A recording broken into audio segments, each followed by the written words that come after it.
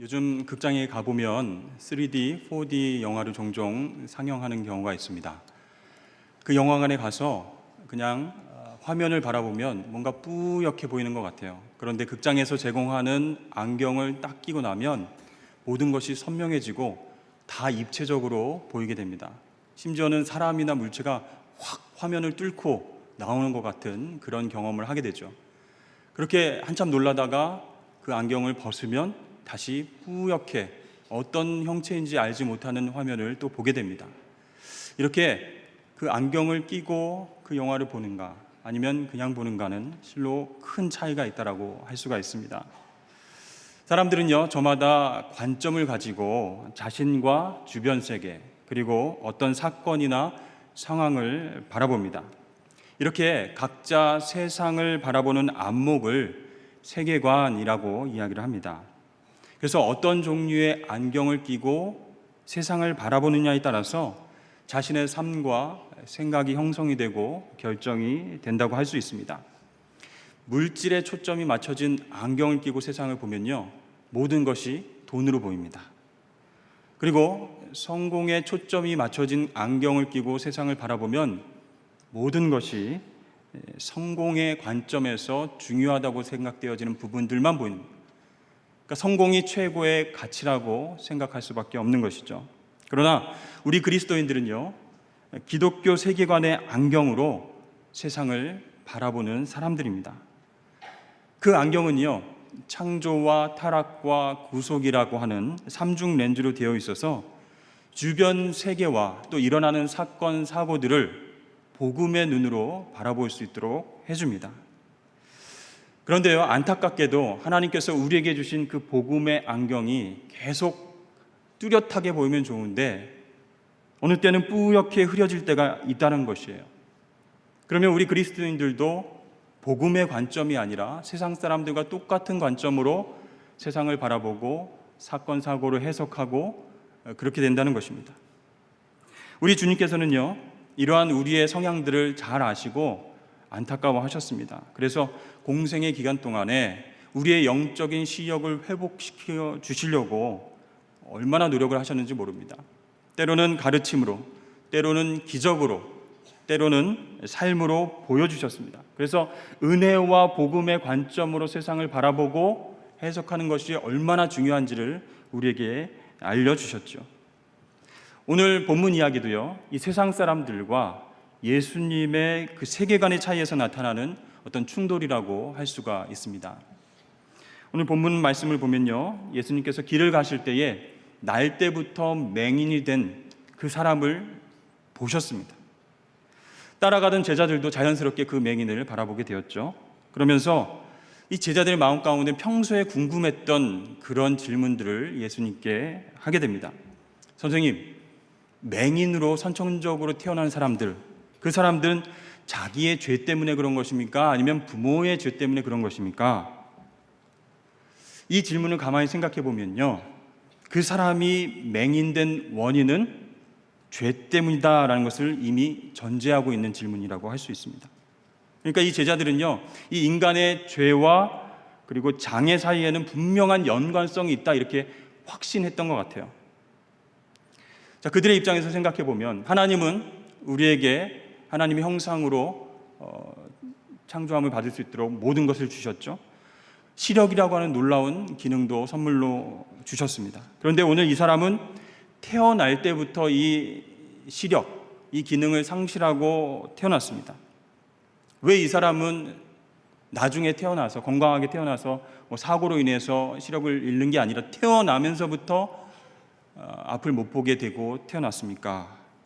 이렇게 신학적인 의문이 생기는 것은 당연하다고 할 수가 있죠. 그런데 어딘가 죄가 있기 때문에 하나님이 당연히 누려야 할 것들을 막으신 것, 그것이 아니겠는가, 이렇게 생각하는 것, 제자들의 생각이었습니다. 그래서 이것을 확인차 예수님께 질문을 한 것이죠. 예수님, 자기의 죄 때문입니까? 아니면 부모의 죄 때문입니까? 그 얘기는 죄 때문인 것이 확신하긴 한데 자기의 죄 때문인가 부모의 죄 때문인가, 누구 죄 때문인지 참 궁금했던 거예요. 그래서 이 사람이 태어나기 전에 범죄를 했거나 아니면 그 부모가 죄를 지었기 때문에 태어나면서부터 눈이 멀었을 것이다. 이 둘 중에 하나가 아니라면 왜 날 때부터 맹인이란 말인가? 너무 궁금한 거예요. 그래서 예수님께 질문을 한 것이죠. 여러분, 그런데요, 사람이 태어나기 전에 죄를 어떻게 짓습니까? 태어나기 전인데 어떻게 죄를 짓죠? 뱃속에서 어머니의 배를 팍팍팍 차는 것도 여러분 죄가 되나요?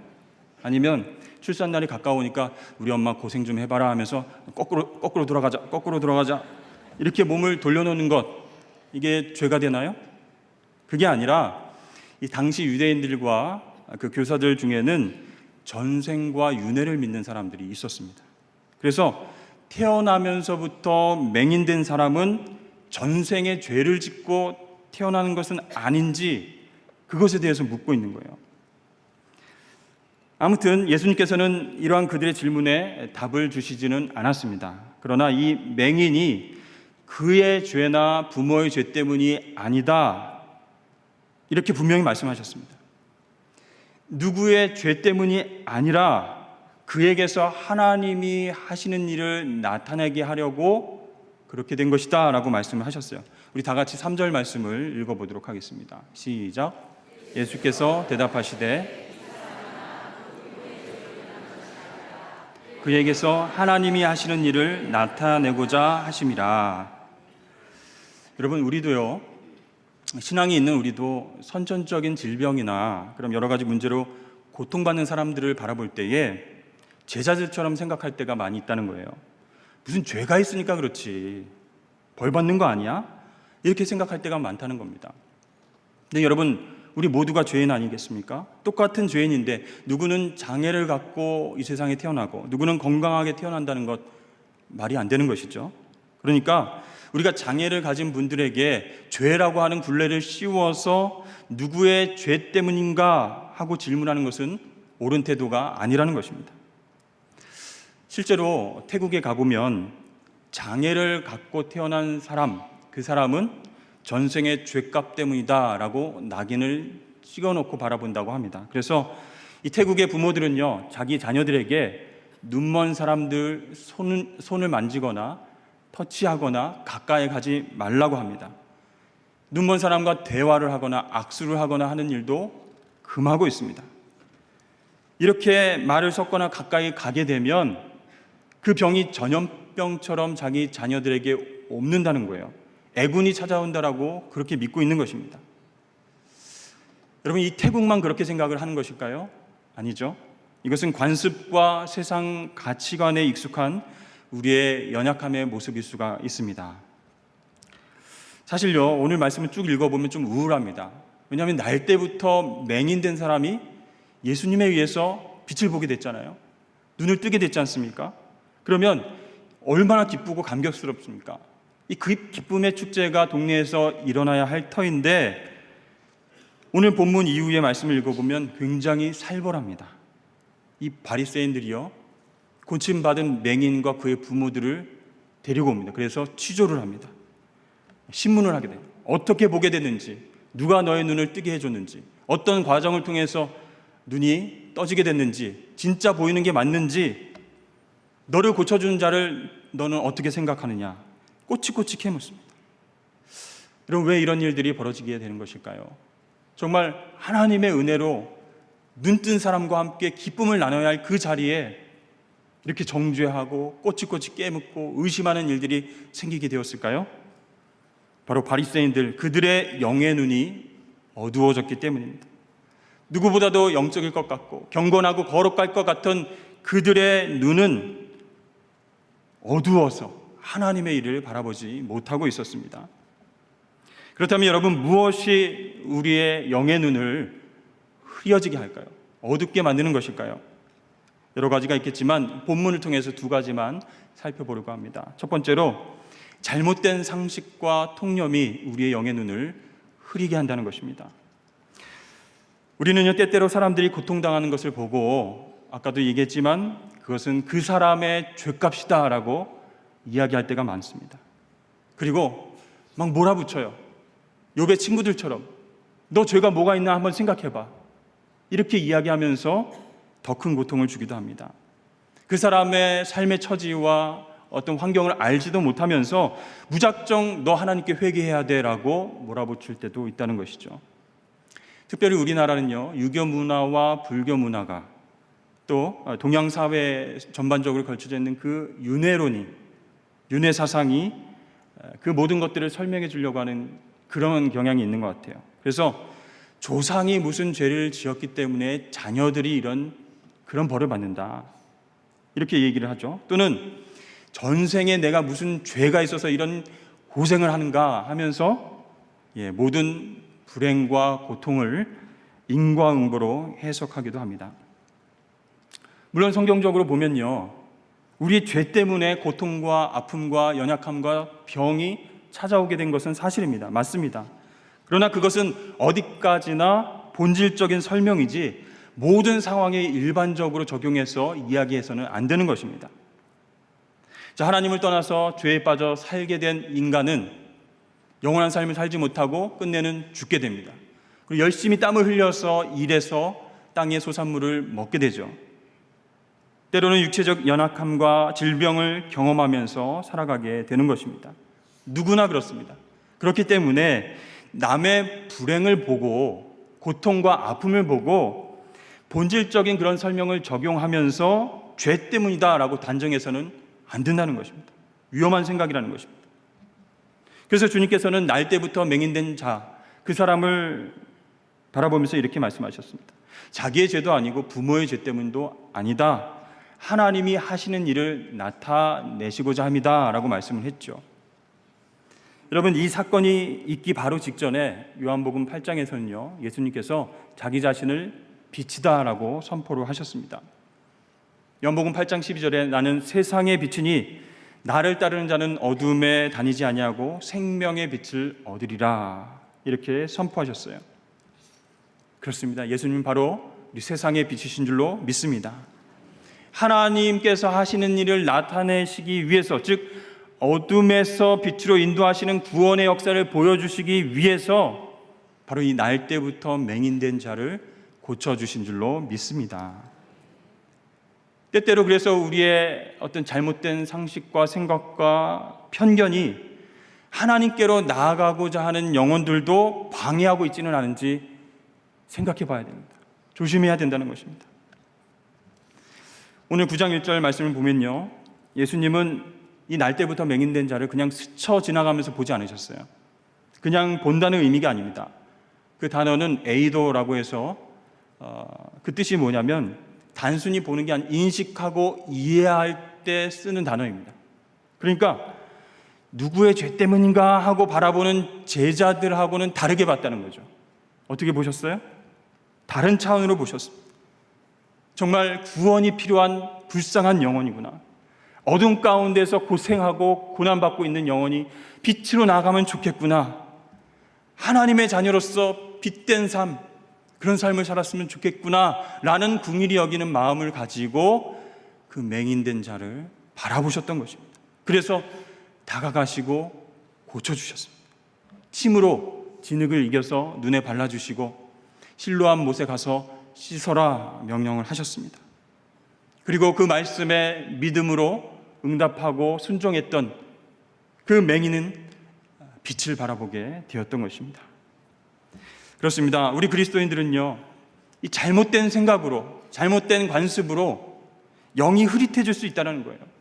그래서 우리는 왜 그런가, 누구의 죄인가 이렇게 묻기보다는 어떻게 누구의 영적인 어두움을 밝혀야 되는가, 이렇게 우리의 관심사가 바뀌어야 될 줄로 믿습니다.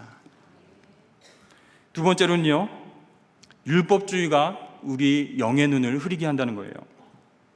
주님께서는 땅에 침을 뱉어서 진흙을 이기셨습니다. 그리고 그 진흙을 손수 맹인의 눈에 발라주셨습니다. 믿음의 확신을 주시기 위한 그런 행동이었어요. 그리고 실로암 못가에 가서 씻으라 명령하셨을 때 보통 그런 치유의 과정을 겪으면 바로 눈이 떠져야 된다라고 생각할 수도 있어요. 그리고 이 사람이 정말 능력이 있을까? 내가 씻는다고 나아질 수 있을까? 의심했을 수도 있죠. 그러나 이 맹인된 사람은요, 더듬거리면서 그 실로암으로 찾아갑니다. 주님께서 씻으라 하셨으니 내가 씻겠습니다. 순종하는 마음으로 나아갑니다. 드디어 실로암 못에 다다라서 얼굴을 물로 씻었을 때에 눈꺼풀에 힘이 생기게 됩니다. 그리고 손으로 만져보고 더듬더듬거려보고 뒤로 들여 희미하게 느낄 수 있던 그 세상을 눈으로 바라보게 되었습니다. 얼마나 기뻤을까요? 얼마나 감격스러웠을까요? 막 함성을 지르면서 막 실로암 못가에서 수영을 했을 수도 있습니다. 뛰어다니면서 하나님을 찬양했을 것입니다. 그러다가 자기를 낳아준 부모님에게 쫓아갔을 것이에요. 주님께서 나를 고쳐주셨다. 얼마나 감격스러운 순간일까요? 그러나 기쁨도 잠시였습니다. 그 사건을 지켜봤던 사람들이 이 맹인을 부모님과 함께 바리새인 앞으로 데리고 가게 됩니다. 안식일 날 병을 고쳤다는 것이 큰 문제가 되었던 것이에요. 그 부모는요, 유대교에서 출교를 당할까 봐 쉬쉬합니다. 대답을 망설입니다. 그러나 이 맹인이었던 사람은 진실을 얘기하고 있어요. 오늘 본문은 아니지만 32절, 33절 말씀을 보면 창세 이후로 맹인으로 난 사람의 눈을 뜨게 하였다 함을 내가 듣지 못했는데 그분께서 하나님으로부터 오지 않았으면 이 일을 하셨겠습니까? 이렇게 당당하게 바리새인들 앞에서 이야기하고 있습니다. 예수님의 능력과 권위를 인정하고 있었습니다. 막 화가 났습니다. 바리새인들이 네가 나를 소경으로 보느냐? 맹인으로 보느냐? 네가 죄 가운데 나와서 우리를 가르치느냐? 이렇게 화를 내면서 이 맹인을 유대교에서 출교해 버립니다. 여러분, 안식일에는요, 유대인들 아무것도 하지 말아야 됩니다. 그런데 예수님은 어떻게 하셨어요? 침을 뱉으시고 진흙을 이기셨습니다. 그리고 그것을 소경의 눈에 바르는 행동을 하셨습니다. 율법을 어기는 행동이었어요. 그래서 바리새인들은 평생 앞을 못 보던 자가 광명을 찾았다는 그 경사스러운 일을 보면서도 이 율법을 앞세워서 예수님을 공격했던 것입니다. 여러분, 율법주의가 이렇게 끔찍합니다. 율법주의라는 것은요, 법이나 형식을 앞세워서 남을 판단하는 태도를 가리킵니다. 본질보다는 형식을 중요하게 여깁니다. 그리고 내용보다는 외형을 중요시합니다. 정신보다는 법을 우선에 두고 사람을 판단하고 정죄하는 것이 바로 율법주의입니다. 우리 믿는 사람들은, 그리스도인들은 믿음으로 구원받았으니 무슨 율법주의로 살아가겠어. 하지만 우리 신앙생활에서도요, 청산되지 않은 율법주의가 참 많이 있는 것 같아요. 우리도 모르게 영의 눈이 서서히 흐려지게 되는 율법주의가 우리를 올가매고 있는지도 모릅니다. 여러분, 주일 성수 잘 하고 계십니까? 요즘 이제 임직자 스쿨을 통해서 계속 예배 체크를 하고 있는데요. 왜 안 나왔지? 왜 빠졌지? 그런 생각이 들기도 합니다만, 이 주일 성수의 본질은 뭐예요? 안식일의 주인이 되시는 예수님을 높이고 기뻐하는 것인데, 주일날 이건 해야 되고 이건 하지 말아야 되고 이렇게 사람들을 정죄하고 괴롭히는 것은 본질에 어긋나는 일이에요. 성경을 몇 번 읽었는지 여러분 중요합니까? 물론 중요하죠. 그런데 성경을 얼마나 많이 읽었는지, 성경을 얼마나 알고 있는지, 그것을 가지고 사람을 판단해서는 안 된다는 것입니다. 헌금 문제도 그렇습니다. 이 헌금의 본질은요, 기쁘고 감사한 마음으로 그 정성으로 하나님 앞에 드려지는 것인데, 어떤 사람은 그 사람이 얼마를 내느냐, 이 헌금 액수를 가지고 그 사람의 신앙을 측정하려고 하는 그런 태도를 갖기도 합니다. 이러한 율법주의가 교회 안에 퍼져 있다면 우리 영적인 시력이 점점 흐려져 가는 거예요. 하나님 뜻을 분별하지 못하게 되는 겁니다. 그리고 세상에 빛으로 오신 주님을 바라보지 못하고 세상 사람들과 똑같이 실수하고 연약한 가운데에 서로를 상처 주게 된다는 것입니다. 사랑하는 여러분, 저와 여러분들은 우리의 눈이 흐려지지 않도록 깨어서 기도하실 수 있기를 축복합니다. 잘못된 생각과 상식이 성령의 역사를 가로막을 수가 있는 거예요. 우리 안에 율법주의가 한 영혼을 실족시키지 않도록 우리는 배려해야 된다는 것입니다. 이렇게 우리가요, 잘못된 상식과 생각들, 또 율법주의, 그것을 극복하고 이 영적인 시력을 회복할 때에 우리에게 어떤 영적인 그런 유익이 있을까요? 여러 가지가 있겠지만 영의 눈이 밝아지면, 영의 시력이 회복되어지면 제일 중요한 것은 영원 사랑의 마음이 회복되게 된다는 사실입니다. 예전에는 그렇게 생각 안 했는데 영의 눈이 떠지니까 불쌍해 보이는 거예요. 주님의 마음으로 그 영혼을 바라보게 된다는 거예요. 주님이 환자를 보듯이 나도 연약한 사람을 바라보게 되는 것이에요. 죄 때문에 그래, 뭘 잘못했기 때문에 그래, 그랬던 마음들이 없어지고 긍휼히 여기고 빛으로 나갔으면 좋겠다라고 하는 그 갈급한 마음 때문에 그 환우를 보고 기도하게 된다는 거예요. 또 주님께서 제자를 바라보시듯이 실수하고 그리고 서로 싸우고 정말 답답한 그 제자들을 바라보시면서 사랑한다고 말씀하시는 그 주님의 마음을 본받아서 우리가 우리 집에 있는 자녀들과 영혼들을 답답하다, 언제 철드냐, 언제 죄를 안 짓냐, 이게 아니라 긍휼히 여기는 마음으로 사랑하게 된다는 것입니다. 주님께서 죄인을 바라보시듯이 우리도 긍휼히 여기는 마음을 가지고 내 힘으로는 할 수 없는 그 영혼들을 사랑하게 되고 용서하게 된다는 것입니다. 세상을 너무 사랑하셔서 십자가에 자신을 내어주시기까지 그렇게 사랑하신 그 주님을 본받아서 그 마음과 사랑을 실천하기 위해서 더 긍휼히 여기고 더 사랑하게 된다는 것입니다. 사랑하는 여러분, 우리의 눈은 과연 어떤 상태입니까? 안과에 가면 눈의 상태를 체크해 줄 수 있습니다. 그런데 우리의 영적인 눈의 상태는 말씀과 기도를 통해서 체크함을 받을 수 있습니다. 혹시 영적인 안경에 금이 갔다면, 뿌연 것들이 끼어져 있다면 혹시 우리의 생각과 교만과 잘못된 상식과 율법주의가 끼어 있지는 않는지 점검해 봐야 됩니다. 기도해야 됩니다. 그리고 성령 하나님께서 나를 깨끗하게, 그 안경을 깨끗하게 씻어주시도록 그렇게 기도를 해야 할 줄로 믿습니다. 그렇게 될 때에 우리는 하나님께서 기뻐하시는 일들을 추구하면서 열매 맺는 삶, 성숙한 삶으로 나가게 될 줄로 믿습니다. 기도하겠습니다. 사랑의 하나님, 우리의 영적인 눈을 뜨게 하여 주시옵소서. 세상의 편견과 나를 익숙하게 하는 틀로 인해서 참빛 되시는 예수님을 바라보지 못했습니다. 빛 되신 주님께로 나아가는데 장애가 되는 모든 것들을 이 시간 지하여 주시고 하나님 뜻을 분별하여서 볼 것은 보게 하시고 보지 말아야 할 것은 보지 않도록 역사하여 주시옵소서. 정죄의 눈, 판단의 눈이 아니라 긍휼의 눈, 사랑의 눈으로 주님과 같이 우리 이웃들을 바라보게 하여 주시옵소서. 그래서 참된 기쁨과 만족함이 내 영혼 가운데 흘러넘치도록 도와주시옵소서. 감사드리며 예수님의 이름으로 기도드립니다. 아멘.